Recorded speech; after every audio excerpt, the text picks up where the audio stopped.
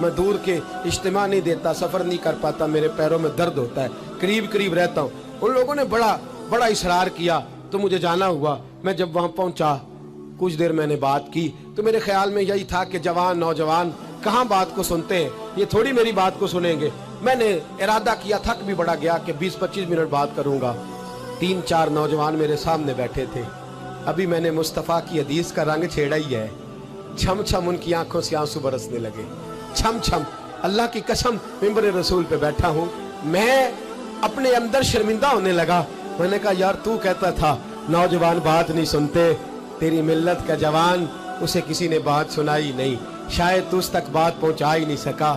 ارے گناہگار بڑا ہے پر مصطفیٰ کا غدار تو نہیں نا, یہ بڑا پاپی ہے پر حضور کی بات نہیں سنے گا, نبی پاک کے پیغام کی طرف نہیں. 50 منٹ بات کر کے میں لوٹا.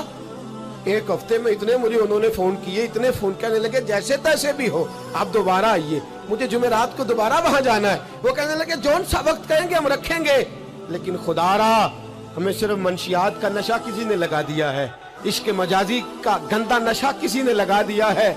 کوئی ایسا ملے جو ہمیں رسول اللہ کے عشق کا نشہ بھی لگا دے, کوئی مل جائے ایسا. اگر کوئی شعیب آئے, مجسر کوئی آئے جو ہمارے سینے سے رگڑے. میرے دوست, ملت کا جوان جب نیک ہوتا ہے تو پھر وہ حضرت بلال حبشی کی راہوں کا مسافر ہوتا ہے, پھر حضرت فاروق اعظم کو آئیڈیل بناتا ہے, پھر سیدنا مولا علی شیر خدا کی جانب دیکھتا ہے, اور ملت کا جوان جب مجاہد بنتا ہے تو پھر امام حسن اور امام حسین کی یادوں کو تازہ کرتا ہے.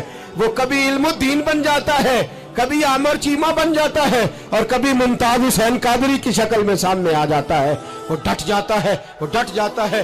ملت کے جوان, تیرے سینے سے اب رسول کریم صلی اللہ تعالی وسلم کی محبت کو کھینچا جا رہا ہے.